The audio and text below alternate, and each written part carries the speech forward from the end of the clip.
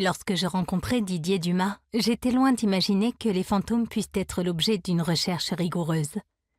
Je découvris avec étonnement qu'ils occupaient, dans la quotidienneté de son travail clinique, une place aussi tangible que les parasites pour des virologistes.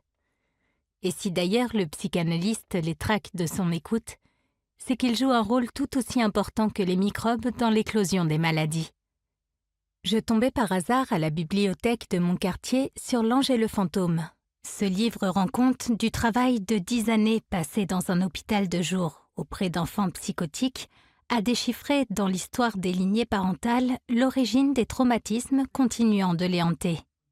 Constellé de récits cliniques aussi beaux qu'effrayants, il montre comment les fantômes sécrètent leurs effets occultes, parfois jusqu'à la 4e génération. Dès notre première rencontre, Didier Dumas m'a confié « Le travail avec les enfants psychotiques débordait tous les outils théoriques qui étaient alors les miens. » J'avais pris rendez-vous avec lui pour l'interviewer sur le rôle de la généalogie dans une analyse.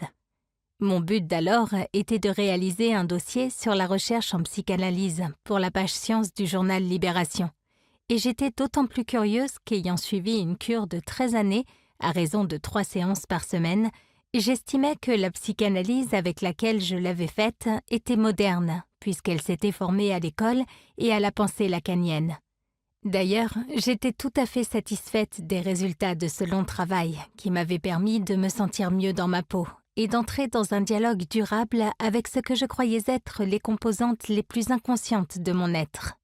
Autant dire que lors de cette première rencontre, au mois de mars 1991, je n'étais pas totalement réceptive à ce qu'il allait m'apprendre. La conception que j'avais de la psychanalyse était celle de ma cure. Et pour comprendre ce dont il me parlait, j'allais devoir reconnaître les limites du travail que j'y avais accompli. Sans pouvoir encore bien m'en rendre compte, en l'écoutant évoquer son travail auprès des enfants psychotiques et de leurs familles, j'étais en train de découvrir quelque chose que ma propre psychanalyste semblait avoir totalement ignoré. Le privilège qu'il s'accordait de tantôt prendre appui sur la théorie freudienne et de tantôt s'en dégager à sa guise me déconcertait. La façon dont il parlait de sa cure personnelle aussi. Il l'avait commencé à l'âge de 11 ans et avait eu depuis rien moins que 5 analystes différents. Il avait donc en fait longuement éprouvé l'efficacité de la théorie freudienne, mais aussi ses limites, tant dans sa cure que dans sa clinique. Tout cela à cause de son histoire que j'appris bien plus tard et qui semblait sortir d'une nouvelle de Kafka.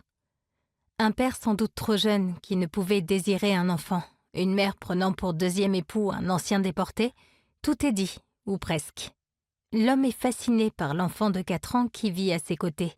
Il se l'approprie. Il lui change son nom et l'installe en témoin et confident de sa détresse.